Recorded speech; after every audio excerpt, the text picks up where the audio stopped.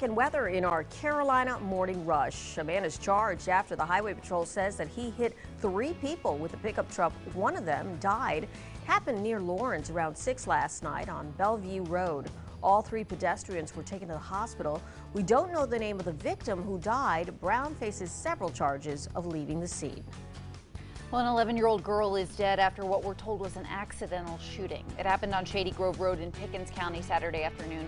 The coroner says Kylie Woods was shot and taken to a hospital where she died. We're working to learn more about what happened. Happening today, Governor McMaster will hold a bill signing ceremony in the upstate to expand genetic screenings in newborns.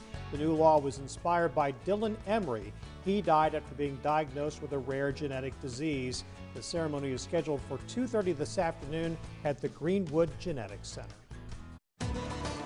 All right, we're coming up on 6:47. We've been tracking some showers across the upstate so far this morning. Still some rain falling, and I think shower chances are going to kind of stick with us, even though it might be very isolated shower chances during the mid-morning hours until about midday. After that point, we dry out. We're going to try to clear out, at least temporarily. And the farther west you live, the sooner you're going to get into some sunny breaks or some sunshine at all, and the warmer you're going to be. But I think everybody's going to stop in the 50s for today. We'll get back into the 60s for highs by the middle part of the week. And then our next good chance of rain back in the forecast Friday into Saturday. We'll adjust the timing, but that's our next big front that will make its way through. In the meantime, we have an upper level disturbance helping to create this rain that's out there this morning, really focused over the eastern portion of our viewing area right now.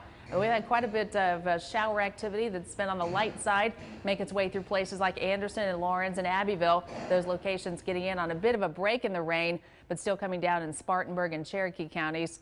Here's a closer look at what's going on. A little more widespread now east of 26 and north of 85. Those showers working their way through Cherokee County. Union getting rain, so it's a rainy drive along 176.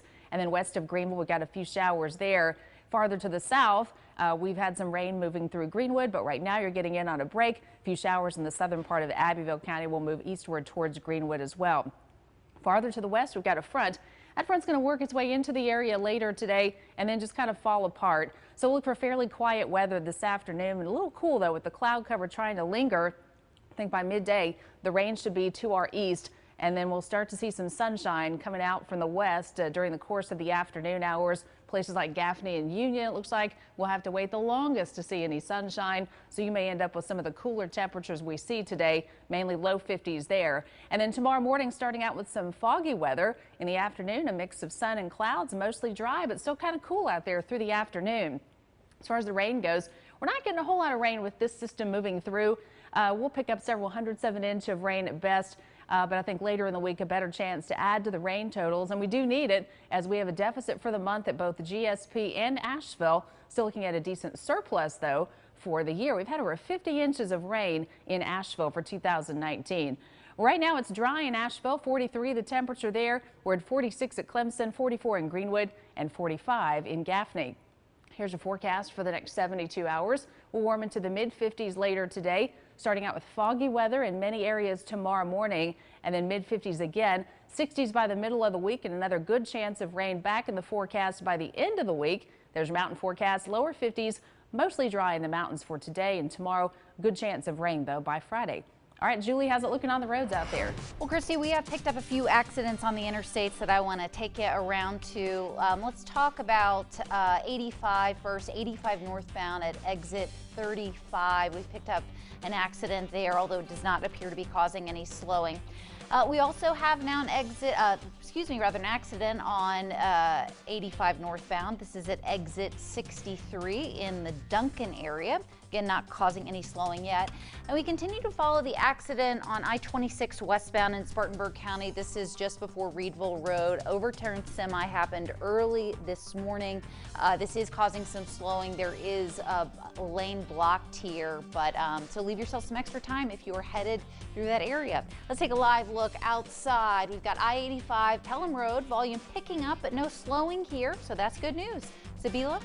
All right, thanks so much, Julie. An upstate police department is partnering with other organizations for a donation drive that's happening this week. You can get into the holiday spirit right now by dropping off some items all week long. 7 News' Christine Scarpelli is live in Inman to tell us all about this awesome effort. Good morning, Christine. This is really cool. Yeah, you guys might remember this drive. So a year ago, the chief called me up here in Inman and said, look, I have a heart for those that are homeless, but those in need this holiday season. Can we do a story about coats? You asked for a couple coats humbly from the community. It turned into what, Chief Tucker? We helped over 400 people last year doing this. Wow, 400 people. So why do it again? Because we helped so many, and just the stories that we were told, and when we went down and got to talk to people and got to meet some of these people and learn some of their stories, we just couldn't believe that some people have just a different opinion on homeless, and they wonder, why they're in the situation they're in, and some of the stories are heartbreaking.